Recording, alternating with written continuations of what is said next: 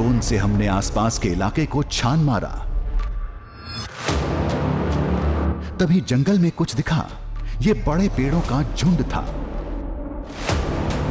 शायद हम मंजिल के करीब थे। पूरी ताकत से पेड़ों की तरफ दौड़े। पास पहुंचे तो सारी उम्मीदें उड़न छू हो गईं।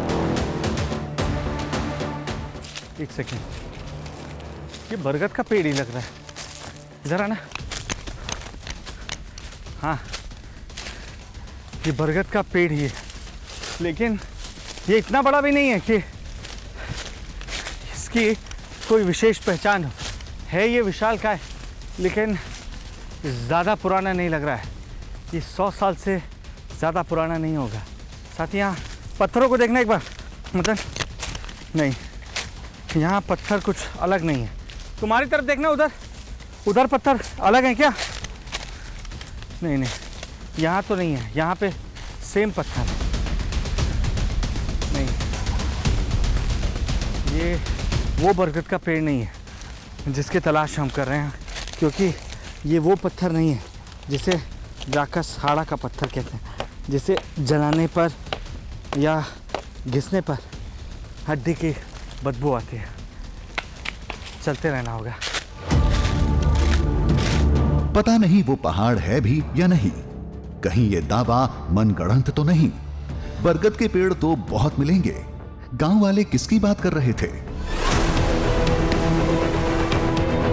जवाब कुछ देर बाद हमारे सामने खड़ा था। उम्मीदों से कहीं बढ़कर, हर सोच से ऊपर, बरगद का एक बहुत बड़ा पेड़ था, जिसकी लताएं भी वृक्ष का रूप ले चुकी थी। हम पहुंच गए। अगर मैं गलत नहीं हूं तो ये वही बरगद का पेड़ है जिसका जिक्र गांव के लोग कर रहे थे।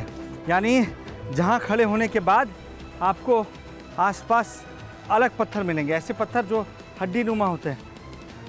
देखना होगा हमें।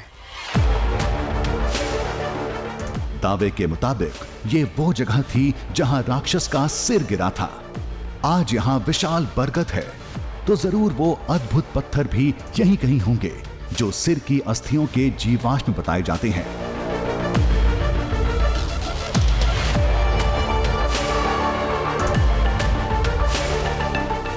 हम खोजते रहे, लेकिन एक भी ऐसा टुकड़ा नहीं मिला जो बाकी चट्टानों से अलग दिखता हो।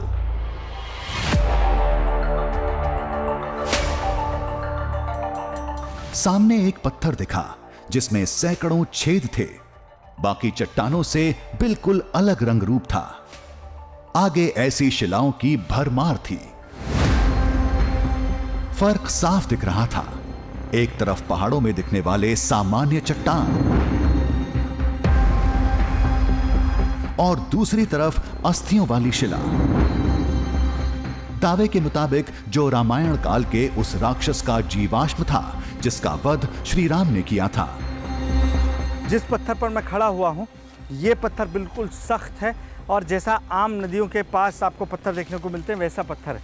लेकिन यहाँ पर देखिए, ये पत्थर बिल्कुल अलग है। एक सेकेंड, अगर इन पत्थरों को आप थोड़ा सा भी खोदेंगे तब आप पाएंगे कि ये कितने सफ़ेद हैं, और इनको अगर मैं चोट कर रहा हूँ तो इनसे गंध भी आ रही है।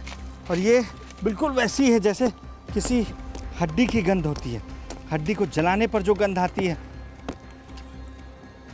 हाँ, ये हड्डी की गंध वाला पत्थर ही है। यानी हम राकस हाड़ा के एक छोर पर पहुंच चुके हैं। पत्थर अंदर से सफेद था। चोट करने पर कुछ अलग सी गंध भी आ रही थी। लेकिन ये कैसे पता चलेगा कि ये किसी राक्षस की अस्थियों का जीवाश्म है और रामायण के समय का ही है? खैर, इसका पता तो हम लगा लेंगे, लेकिन ये हमारी मंजिल नहीं थी। ये तो महज टुकड़े थे। हमें पूरा पहाड़ चाहिए था।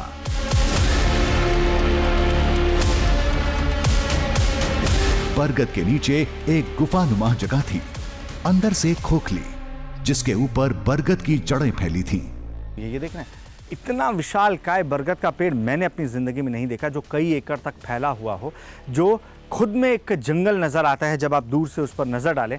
और उस बरगद के पेड़ के पास पहुंचने के बाद आपको पत्थरों की बिल्कुल एक अलग सी संरचना नज़र आती है। और सिर्फ संरचना ही नहीं, बल्कि इन पत्थरों का अगर आप बिहेवियर देखेंगे तो वो बाकी पत्थरों से बिल्कुल अलग है। इनकी स्मेल बिल्कुल अलग है, यानी जो गंध इनसे आ रही है वो बिल्कुल अलग है। और मैंने हड्डियों के पहाड़ के बारे में सुना था, पत्थरों के बारे में सुना था। यहाँ पहुँचने के बाद हड्डियों की एक पूरी गुफा मेरे पीछे आप देख सकते हैं। यह तो उस पौराणिक पर्वत का महज छोटा हिस्सा था। पता नहीं पूरा पहाड़ कैसा होगा। हम अगली मंजिल की तरफ रवाना हो गए। उसके पहले मिलेगा वो गांव, दावे के मुताबिक जहां रामायण काल के हथियार रखे हैं, जिनका नाता श्री राम से बताया जाता है।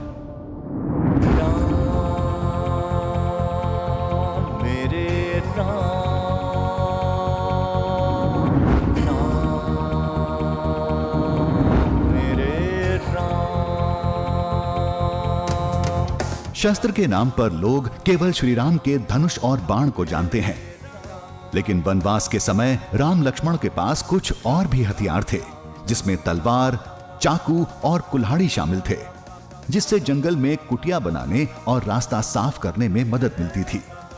शूर्पनखा की नाक काटते समय लक्ष्मण ने तलवार से वार किया था।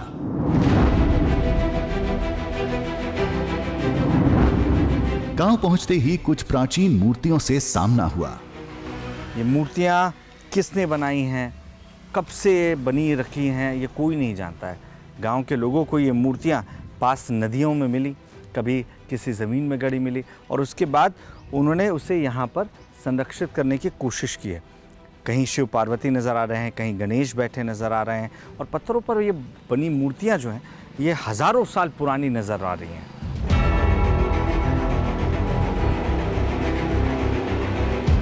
हमने पौराणिक हथियारों के बारे में पूछा तो गांव वालों ने एक तरफ इशारा किया।